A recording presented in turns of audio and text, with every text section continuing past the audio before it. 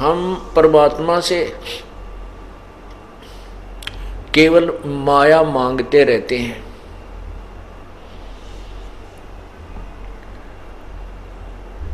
और परमात्मा कहते हैं ये माया अधिक माया ठीक नहीं। परमात्मा कहते हैं कि साईं इतना दीजिए कि ये मांगो मेरे तय। परमात्मा बंदी छोड़ कबीर जी कहते हैं ये मांगो मेरे से, साईं इतना दीजिए जा मैं कुटुंब समावे, हम भी भूखे ना रहें अतिथि न भूखा जावे। अब इब्राहिम सुल्तान अधम के पूर्व जन्म के जो कुर्बानी थी, जो समर्पण था प्रभु के प्रति, उसी का प्रतिफल उसे प्राप्त था। और वो इस माया को ही सर्वस्व मानकर इसी में पूर्ण रूप से अंधा हो चुका था। परमात्मा प्राप्ति में जिसको हम यहाँ सुख मानते हैं काल के लोक में, ये सुख सबसे बड़ा बाधक है। हम सुख मानते हैं अच्छी धन माया घर में हो जावे, खूब संतान हो और बढ़िया रेजिडेंस आवास हो, कार और कोठी घोड़े जो भी समय अनुसार जो भी यातायात की साधन होते हैं वो भी अच्छे हों, हम इसको सुख मानते हैं। फिर हम परमात्मा से कोसों दूर हो जाते हैं। भले ही पिछली कसक जो पिछले जन्म जन्मों की हम भक्ति करते आ रहे हैं वो रह रह कर अंगड़ाई लेती है, हिलोर तो उठती हैं, लेकिन वो माया का दबाव, वो सत्संग का अभाव उन हिलोरों को तुरंत दबा देता है। ये तो सतगुरु मिले, पूर्ण संत मिले तो ये ज्ञान समझ में आता है और परमात्मा की प्राप्ति की तरफ एक विशेष बढ़ जाती है, विशेष लगती है। और कोई भी कार्य है तब तक पूर्ण नहीं हो सकता जब तक हम उसमें विशेष ध्यान नहीं देंगे। परमात्मा कहते हैं लल्लो पत्तों की भक्ति छोड़ दे, ऐसे कौन पति जय जी। जैसे हम पहले करते थे लल्लो पत्तों सी, कैसे करते थे, 100 रुपये का प्रसाद बांट दिया मंगलवार के दिन, हनुमान का व्रत रख लिया मंगलवार का, हनुमान चालीसा कर लिया, जय गणेश देवा की आरती कर ली, ओम जय जगदीश हरे कर ली बस। और फिर छठे महीने या वर्ष भर में जो भी हमारी पूजा सफल थी, वर्ष भर में जो भी हमारे पूजा सफल थे, द्वादशी की हमारे यहाँ पूजा होती थी, वहाँ चले जाते थे। फिर हनुमान जी का बड़ा मंदिर सालासर था, वहाँ जाते थे। और बाकी शेष समय में ऐसे ही संसारिक धंधे में ही जीवन लगा रहता था। वो तो केवल सुबह शाम ही याद आते थे, बीच में भगवान कति याद नहीं आता था।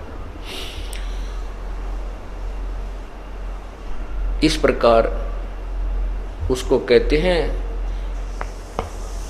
ये लल्लो पत्तों की भक्ति थी। तो आपने अब ये जो कथा सुनी इब्राहिम सुल्तान अधम की, परमात्मा ने उसको उस माया से दूर किया जो उसके लिए खतरनाक थी, उसके जीवन को बर्बाद कर रही थी। और फिर जब उसको तत्व ज्ञान समझा दिया, फिर कहा जा बेटा अब तू शासन कर, राज कर, अब तू मार नहीं खाएगा। तब उसने कहा नहीं परमेश्वर, अब परवरदिगार दया करो, अपने दास पे जंजाल ते निकाल दिया है, बहुर आदेश मत दो। और जैसे आपकी आज्ञा, बच्चे सियाने हो गए हैं, अपने आप संभाल लेंगे।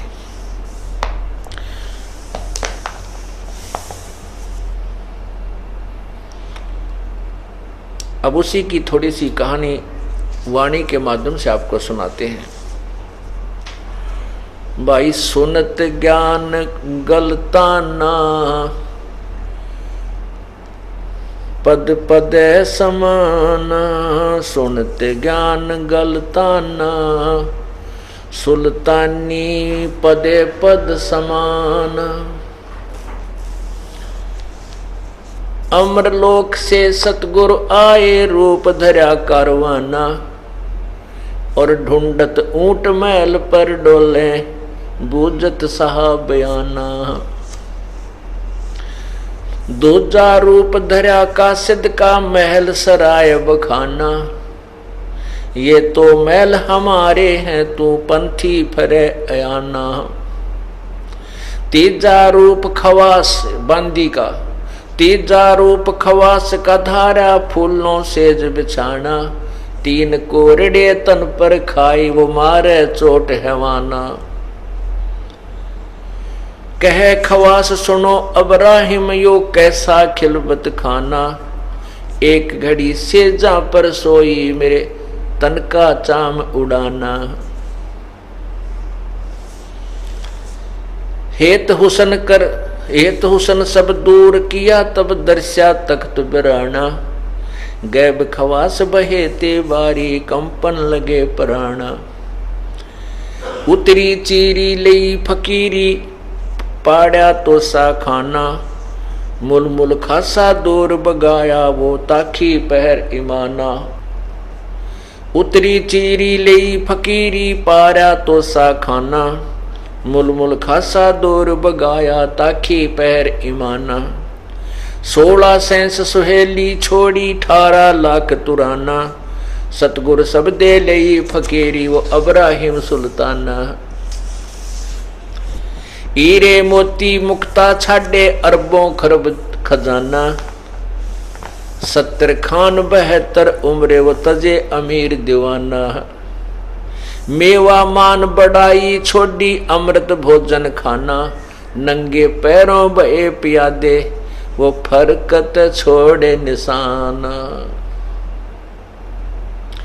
गोरे जोड़े छोड़ चले हैं, अनंत फौज फिल खाना। सार शब्द दिल अंदर बेजा, अवगत अमल दीवाना। चढ़त गयंद इंद्र की नाई, चढ़त गयंद इंद्र की न्याई। सूरज अर्थ छिपाना। सेना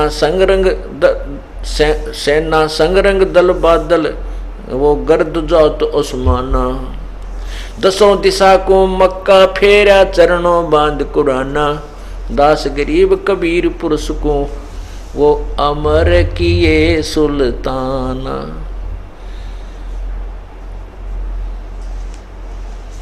क्या बताते हैं? अब्राहिम सुल्तान धम ने पूर्ण परमात्मा के आदेश से वो सभी राज्य पाठ को त्याग कर और परमात्मा का उपदेश ग्रहण किया। कहते हैं सुनत ज्ञान गलताना, भाई पद पद समाना। अमरलोक से सतगुर आए, रूप धरा कारवाना। सतलोक से चल कर आए कबीर परमात्मा, और वहां पर एक कारवान का रहबारी जो ऊंटा वाले होया कने, उनका रूप बनाया। और ढूंढत ऊंट महल पर डोले, वो बुद्धत साहा बयाना। अब देखो पुण्यात्माओं,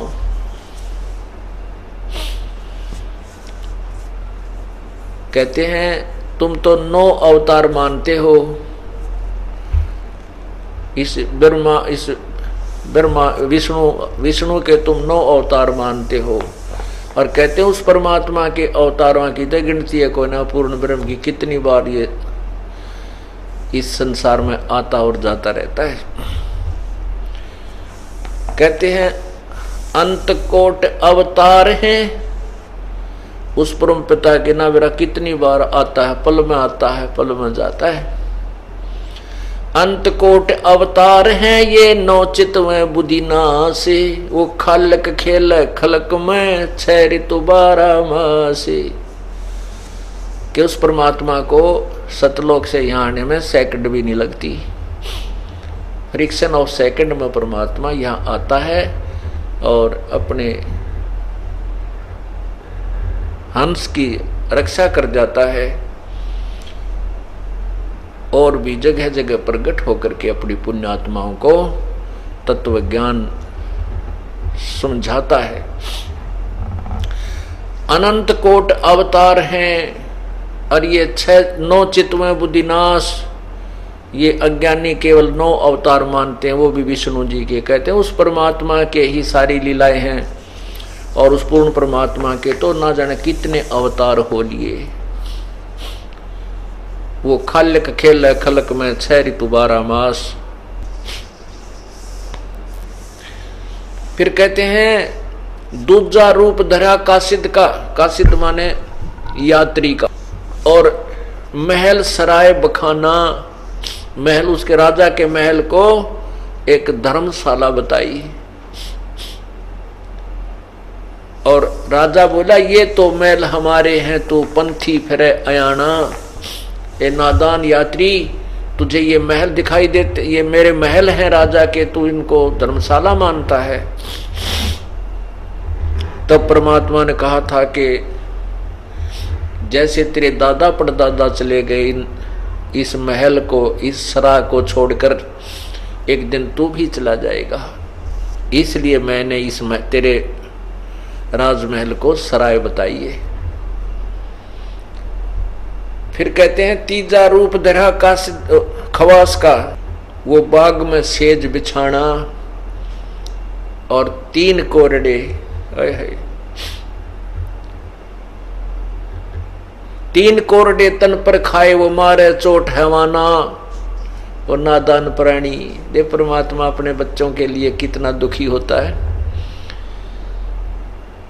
पहले तो उसको समझाता बेटा भक्ति कर, परमात्मा की भक्ति कर। स्वयं परमात्मा आकर कहते हैं अपना डबल रोल करके कि भक्ति कर, भक्ति बिना बहुत दुखी हो जाएगा। फिर वो साधना करता है, उसके साधना के मार्ग में ना जाने कितनी समस्याएं आती हैं, कोई घर की कोई बाहर की, तो उन सब को परमात्मा ठीक करता है और भक्ति करवाता है।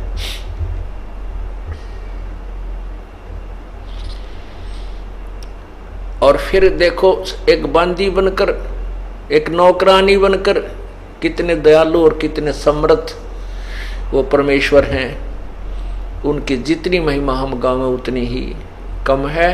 कोई शब्द नहीं उस परमेश्वर की हम महिमा गा सकें, जो हमारे लिए कितने कुर्बान होते हैं, कितने दुखी होते हैं। एक 2 कौड़ी का जीव इब्राहिम सुल्तान अधम, और उसकी नौकरानी बनकर सेज बिछाई परमात्मा ने। और फिर उस नादान ने उस परमपिता के 3 कोरडे मारे, फिर भी नाराज नहीं हुआ, क्योंकि माता पिता अपने बच्चों से कभी नाराज नहीं होते, चाहे वह कितना दुखी कर लें। यदि फिर भी वो ठीक लाइन पर आ जाएं तो उतने ही खुशी मनाते हैं कि कोई बात नहीं, बालक से अब भी समझ जा तो भी ठीक है।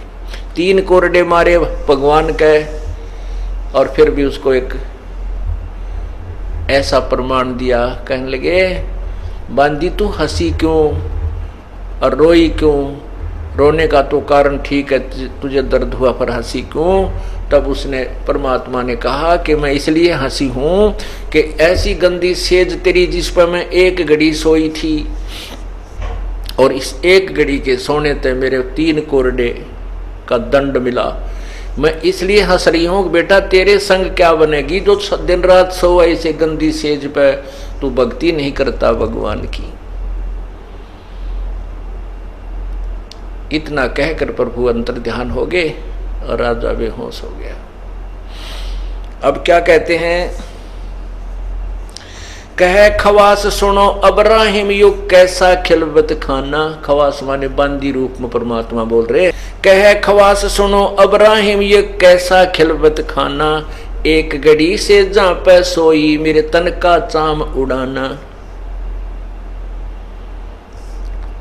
अब कहते हैं ये देखकर जब सारी कहानी सुन करके इब्राहिम सुल्तान को वो अपना राज अपना नहीं लगा। हेत हुसन सब दूर किया फिर दर्शा तख्त बिराना। वो राजपाट राज की जो राजगद्दी कहते हैं अपनी सी नजर नहीं आई, वह बिरानी दिखेगी तो आज नहीं तो कल छोड़कर जाना है, फिर बहुत दुख होगा भक्ति ना करने से। गैब खवास बहेती बारी फिर कांपने लगे प्राण। परमात्मा अंतर ध्यान हो गए तो इब्राहिम सारा कांपने लग गया और धड़ाम देसी गिरा। उतरी चीरी लई फकीरी वो पाड़ा तो सा खाना। मुलमुल खासा दूर बगाए ताखी पहर ईमाना। वो जो मुलमुल खासिर गुण कीमती कपड़े पहरा करता सारे फेंक दिए निकाल के, केवल एक ऐसे साल बांध के और घर से बाहर निकल गया। फिर कहते 16 लाख सुहेली छोड़ी 18 लाख तुराना। 16,000 रानियां त्याग दी और 18 लाख घोड़े बंदरे थे वह भी नहीं अच्छे लगे। और सतगुर सब दे लई फकीरी वो इब्राहिम सुल्तान। सतगुर पूर्ण परमात्मा के वचनों को समझकर वो फकीरी अर्थात वैराग्य दिया, परमात्मा की भक्ति में लगा। हीरे मोती मुक्ता छोड़े अरबों द्रव खजाना। 70 खान 72 उम्र व तजे अमीर दीवाना। मेवा मान बढ़ाई छोड़ी अमृत भोजन खाना। नंगे पैरा होए पया देव फरकत छाड़ निशाना। ओए राजा के महल पे वो पताका फहरा रही होती है, झंडा लहरा रहा था और इतना धन सबको त्याग करने का पीछे मुड़कर नहीं देखा। घोड़े जोड़े छोड़ चले वो अंत फौज फिल खाना। सार शब्द दिल अंदर वेद्या अवगत अमल दीवाना। वो सच्चाई वो तत्व ज्ञान कहते हृदय में बैठ गया उसके, और उसका फिर वो दीवाना हो गया उस परमात्मा के नाम का, उसके ऊपर आसक्त हो गया। तो इसलिए कहते हैं परमात्मा की भक्ति पर लगे तो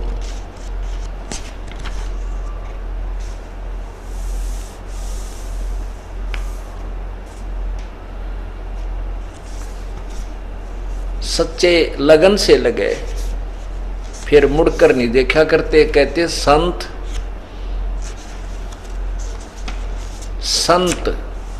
सूरमा और संग माने शेर, सूरमा सूरवीर सिपाही जब युद्ध के मैदान में खड़ा हो जाता है, और संत भक्त जब भक्ति के मैदान में खड़ा हो जाता है वो पीछे को कदम नहीं हटाते, ये उनका एक नियम होता है।